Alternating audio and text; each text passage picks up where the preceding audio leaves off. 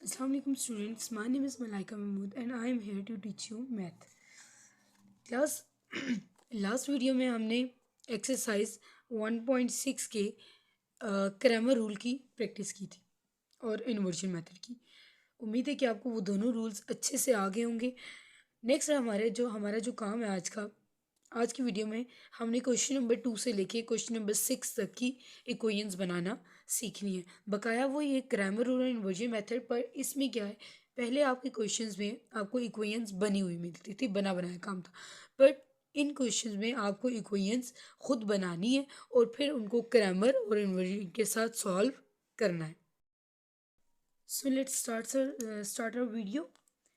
Question मैं आपको एक मतलब पढ़ के सुना देती हूँ, उसके बाद हम सॉल्व करना स्टार्ट करते हैं। The length of a rectangle is 4 times its width. The perimeter of rectangle is 150 centimeter. Find the dimensions of a rectangle. सबसे पहले तो रेक्टेंगल होता क्या है, आपको पता है रेक्टेंगल की शेप होती है कि दो साइड्स, दो लेंथ उसकी सेम होती है और दोनों विड्थ उसकी सेम होती है। अब कह रहे हैं कि length of a rectangle, length जो है वो 4 times है विड्थ की, मतलब लेंथ इतनी बड़ी है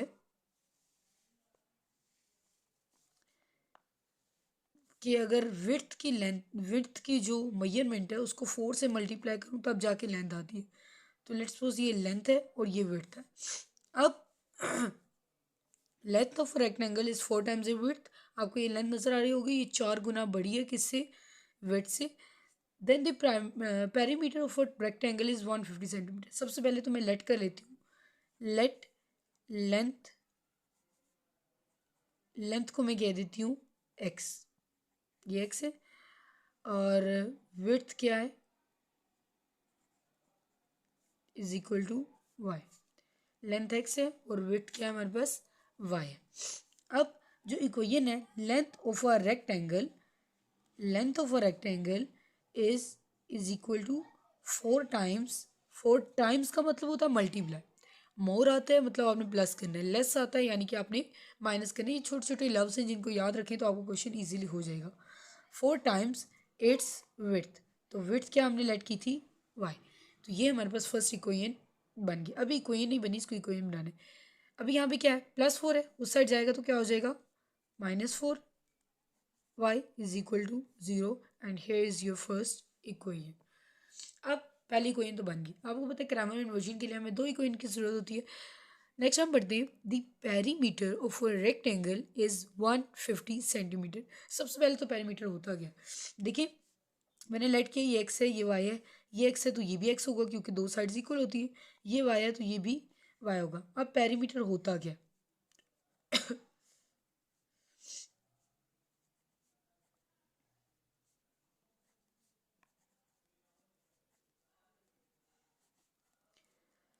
क्लास पेरीमीटर होता है इन चारों साइड्स का सम। आपकी जो बॉर्डर्स हैं इनके सम को कहते हैं पेरीमीटर। क्या बोलते हैं इसको, पेरीमीटर। अभी अगर मैं इस बॉर्डर्स का सम करूं तो ऐसे स्टार्ट कर लेते हैं, x plus y plus x plus y. Add करूं तो क्या आ जाएगा, एक्स एक्स में ऐड होगा और वाई वाई में, 2x plus 2y is equal to, perimeter हमें गिवन भी है, क्या पेरीमीटर है, 150 सेंटीमीटर। अब ये इक्वेशन 1 है, ये आपकी इक्वेशन 2 आ गई। अगर आप इक्वेशन 2 को मज़ीद सिंप्लीफाई करना चाहते हैं तो इसका एक और मेथड ऐसे है कि आप इन दोनों में से 2 कॉमन ले लें, अंदर क्या बच जाएगा, एक्स प्लस वाई, 2 मल्टीप्लाई हो रहा है तो यहाँ पे आगे क्या हो जाएगा, डिवाइड, एक्स प्लस वाई रह जाएगा, 2 और इसकी कटिंग करूँ, 2 7 से 14, 1 कैरी, 2 5 से 10, तो x plus y is equal to 75 भी होता है। आपकी मर्जी, आप इक्वेशन 1 के बाद इक्वेशन 2 ये वाली यूज़ करें या ये वाली यूज़ करें, as you so wish. 2a 2b दोनों इक्वेशन 1 और इक्वेशन 2 की जगह यूज़ हो सकती है। ये इक्वेशन 1 है, ये इक्वेशन 2 है। वैसे ही आप इसकी मैट्रिक्स बनाएंगे, मैट्रिक्स आपको बनाना आता है, मैट्रिक्स बनाएंगे और इसको सॉल्व करते जाएंगे। उम्मीद है कि दूसरा क्वेश्चन आपको अच्छे से समझ आ गया होगा। अब हम मूव करते हैं नेक्स्ट क्वेश्चन की तरफ। जी तो क्लास हमारे क्वेश्चन नंबर 2 की बारी आ गई। हम क्वेश्चन रीड आउट करते हैं, उसके बाद सॉल्व करना स्टार्ट करते हैं। Question is to sides of a rectangle differ by 3.5 centimetre. Find the dimensions of a rectangle if its perimeter is 67 centimetre. Question आपके सामने लिख लिया है मैंने। सबसे पहले क्या करते हैं, फिगर बना लेते हैं किसकी, रेक्टेंगल की। रेक्टेंगल कैसा होता है, दो साइड्स, चार साइड्स होती हैं जिसमें से दो दो सेम होती हैं बिल्कुल। ये एक्स है और ये वाई है। कह रहे हैं two sides of a rectangle, two different side है। ये जो दो साइड्स हैं रेक्टेंगल की, ये डिफर है। डिफर का मतलब होता है माइनस करिए। वापस से let one side is equal to x, second side is equal to y. एक एक्स है एक वाई है। इक्वेशन क्या है, x and y differ by 3.5। आपकी मर्जी, आप इसको इक्वेशन को ऐसे सॉल्व करते हैं या पॉइंट ख़त्म करते हैं। अक्सर बच्चों को पॉइंट में थोड़ी सी डिफ़िकल्टी होती है, तो हम उनके लिए पॉइंट ख़त्म करना भी बता देते हैं। आपने पिछली क्लासेस में सीखा होगा कि जैसे ये 3.5 है, तो इसके पॉइंट ख़त्म करने के लिए पॉइंट ऐसे उड़ाते हैं और उसकी जगह नीचे क्या आ जाता है, 1। आगे जितने नंबर उतने 0। ये 10 डिवाइड हो रहा है, उधर जाके क्या हो जाएगा, मल्टीप्लाई। तो ये जो x प्लस वाई है, इसके साथ 10 जाके मल्टीप्लाई, x माइनस वाई के साथ 10 मल्टीप्लाई हो जाएगा। और यहाँ पे पॉइंट ख़त्म हो गए, तो पीछे क्या रह गया, 35। अब मल्टीप्लाई करूँगी तो 10x minus 10y is equal to 35। अब नेक्स्ट लिखा हुआ है फाइंड द डायमेंशन। डायमेंशन कहते हैं ये साइड्स फाइंड करें of the rectangle if its perimeter. अभी पेरीमीटर का हमने फॉर्मूला यहाँ पे पढ़ा था, क्या था, 2x प्लस 2y आया था। दोनों में से 2 कॉमन भी ले सकती हूँ और ऐसे भी लेके चल सकती हूँ। तो पेरीमीटर क्या होता है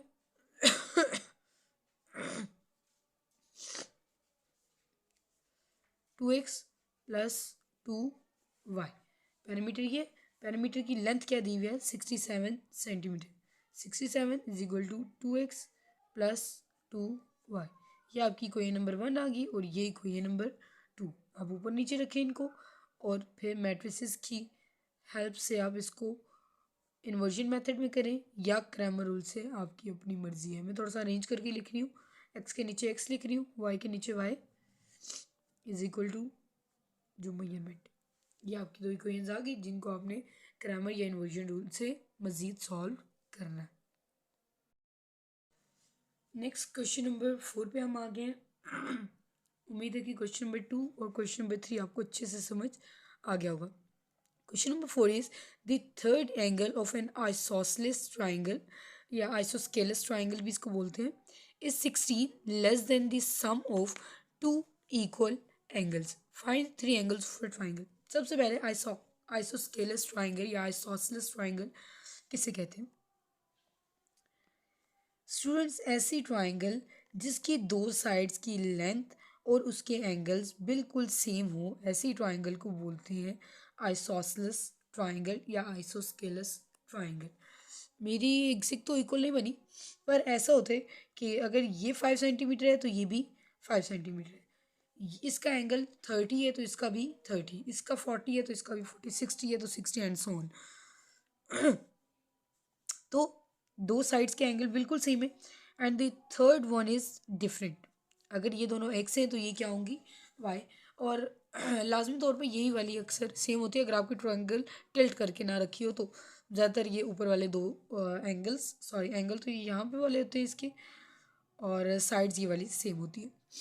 अब एक क्वेश्चन, द थर्ड एंगल, ये तो 1 2, ये थर्ड एंगल है of an isosceles triangle is, वैसे ही लेट कर लेते हैं, लेट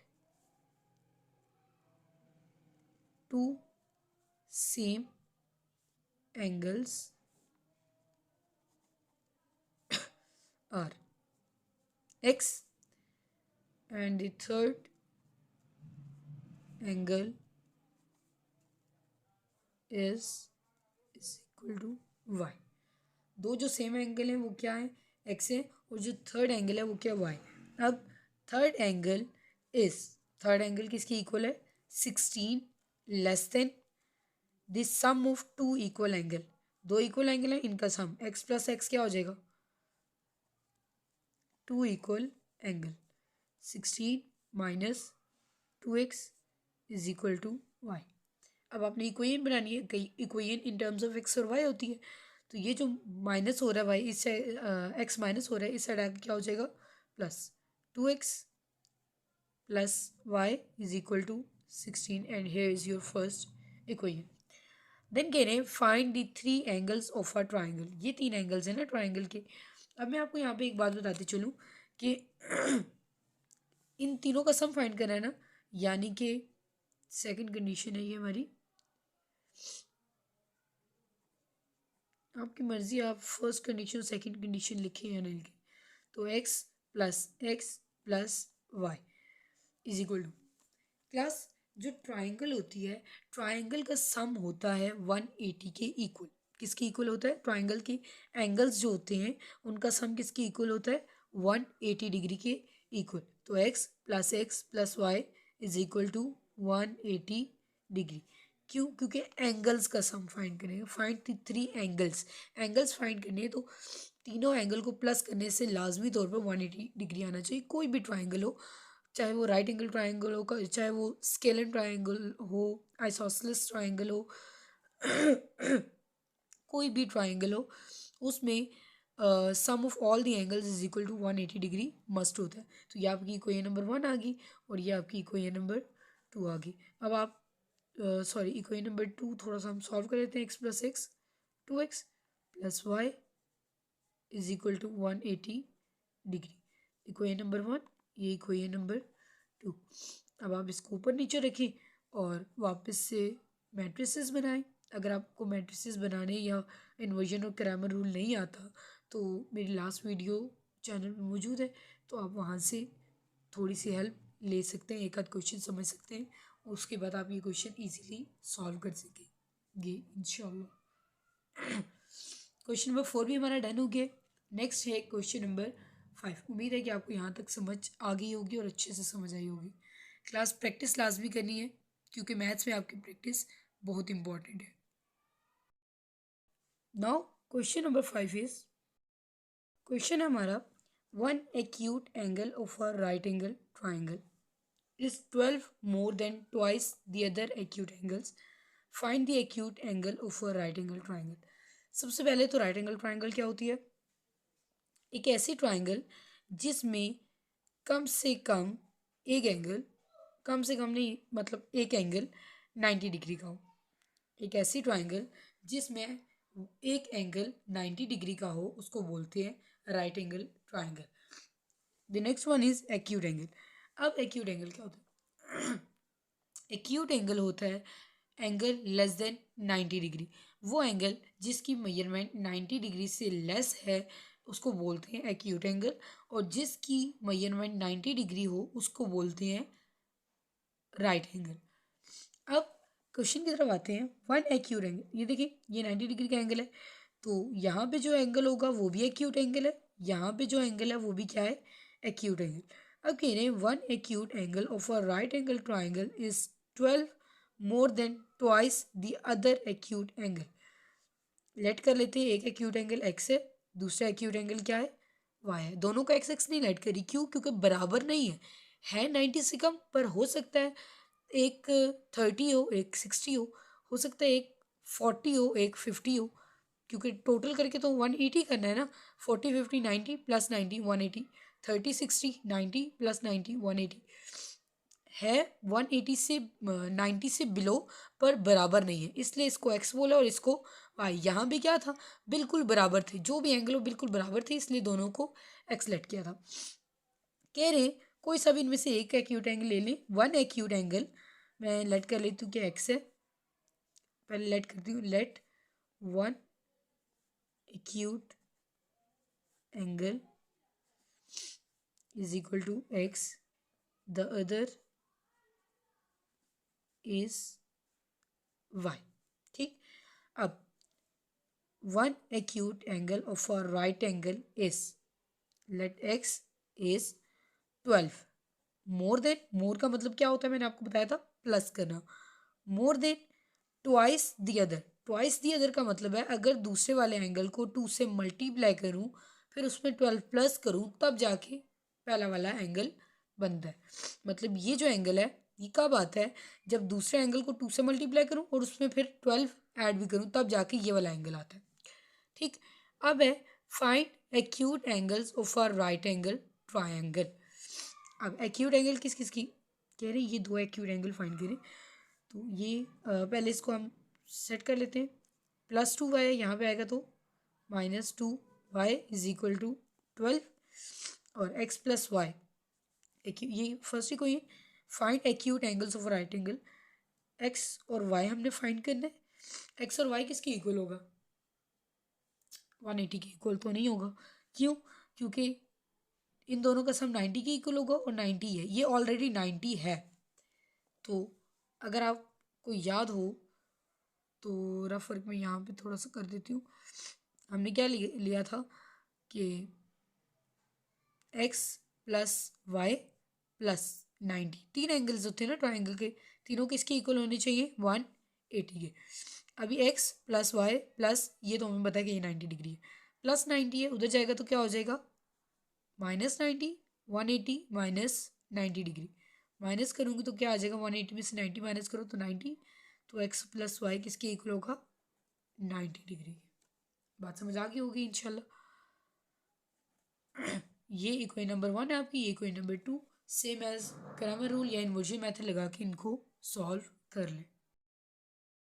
क्लास आज का हमारा क्वेश्चन नंबर 6 है जो हमने सॉल्व करना है। क्वेश्चन कुछ ऐसा है, 2 cars that are 600 kilometre apart moving towards each other. 2 cars हैं, लेट्स सपोज ये ए है और ये बी है। ये दोनों एक दूसरे से 600 किलोमीटर दूर हैं और एक दूसरे की तरफ मूव करें। मतलब ये वाली कार इधर आ रही है और ये बी के पास जा रही है और ये के पास आ रही है। There speed differ by 6 kilometre per hour. उनकी जो स्पीड है वो क्या कर रही है, डिफर कर रही है 6 किलोमीटर पर आवर। तो मैं लेट कर लेती हूँ सबसे पहले, let speed of first car is equal to x, second car is equal to y। x क्योंकि डिफर का वर्ड यूज हुआ है, कहाँ पर है ये, their speed differ by 6 kilometre, तो x minus y is equal to 6 kilometre. मैं भी आपको बताती हूँ तो के ऊपर 6 किलोमीटर पर आवर जो 6 किलोमीटर जो है उसका क्या करना है। ये अगर आप और से देखें तो यहाँ पे एक फॉर्मूला अलग है, 6 किलोमीटर पर आवर। ये स्पीड है, दोनों स्पीड है, speed is equal to 6 kilometre, kilometre में क्या होता है, डिस्टेंस होता है, डिवाइडेड बाय पर आवर है, पर आवर यानी कि टाइम। आपकी फॉर्मूला नज़र आ रहा होगा, speed is equal to distance divided by time. अब इस फॉर्मूले के अकॉर्डिंग हमने दूसरी इक्वेशन बनानी है। फिलहाल हमारे पास पहली इक्वेशन जो है वो है x minus y is equal to 6 kilometre. अब सेकेंड इक्वेशन कह रहे and the cars are 123 kilometre apart. पहले कार्स यहाँ पे थी, दूर थी एक दूसरे से इतनी, अब वो एक दूसरे से इतना दूर हो गई यानी कि 123 किलोमीटर अब उनके दरमियान का डिस्टेंस रह गया। आफ्टर इतने टाइम बाद इतना डिस्टेंस रह गया। अब बताएं कि हर कार की स्पीड क्या होगी, वो आप हमें बता दें, दोनों कार की स्पीड मेजर करके बताएं। तो मैं क्या करूँगी, दोनों कार की इकट्ठी स्पीड बतानी है मुझे, तो मैं लिखूँगी फर्स्ट की स्पीड x है प्लस सेकंड की स्पीड क्या है y is equal to distance लिखना है। डिस्टेंस कितना है, मतलब अभी कितना कवर किया डिस्टेंस वो लिखना है हमने, ये वो डिस्टेंस है जो रह गया है। हम क्या करेंगे, टोटल डिस्टेंस कितना कवर किया, टोटल डिस्टेंस उसके दरमियान में कितना था 600 किलोमीटर। तो 600 किलोमीटर माइनस कितना डिस्टेंस कवर हो चुका है वो निकालना है। अभी उनके दरमियान डिस्टेंस ये रहता है, स्टार्टिंग में जो डिस्टेंस था वो ये था, अभी इतना डिस्टेंस रह गया। तो मुझे फाइंड आउट करना है कि असल में उन्होंने डिस्टेंस कितना कवर किया है यहाँ से यहाँ तक और यहाँ से यहाँ तक आने में। 10 में से 3 गए 7, 9 में से 2 गए 7, 5 में से 1 गए 4, 477 किलोमीटर का डिस्टेंस रह गया है। Divided by time. अब टाइम कैसा आएगा? आप अगर ये देखें तो ये कौन सी फ्रैक्शन है? एक मिक्स फ्रैक्शन है, 4.5 an hour। यानी कि इसको अगर मैं सॉल्व करूँ, 4 2 सर 8 + 1 9 डिवाइडेड बाय 2, तो यहाँ पे टाइम क्या आ जाएगा आपका? 9 डिवाइड बाई 2 या 4.5, दोनों आप लिख सकते हैं। अब देखें दूसरी कोई निकालने के लिए, x + y = 477। डिवाइड के नीचे डिवाइड क्या हो जाता है? ऊपर आके मल्टीप्लाई, 2 डिवाइडेड बाय 9। अब अगर आप इसको सॉल्व करें तो 47 को 2 से मल्टीप्लाई करने से क्या आता है वो आपने यहाँ पे लिखना है। 477 को 2 से मल्टीप्लाई करूँ तो 7 2 ज़र 14, 4 1 कैरी, 7 2 ज़र 14 और 15 और 4 2 ज़र 8। आई थिंक ऐसा ही आता है कुछ।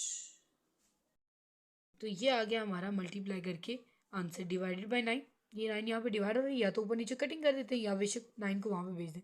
मैं कटिंग को प्रेफर करूँगी। 9 1 ज़र 9, 9 1 ज़र 9।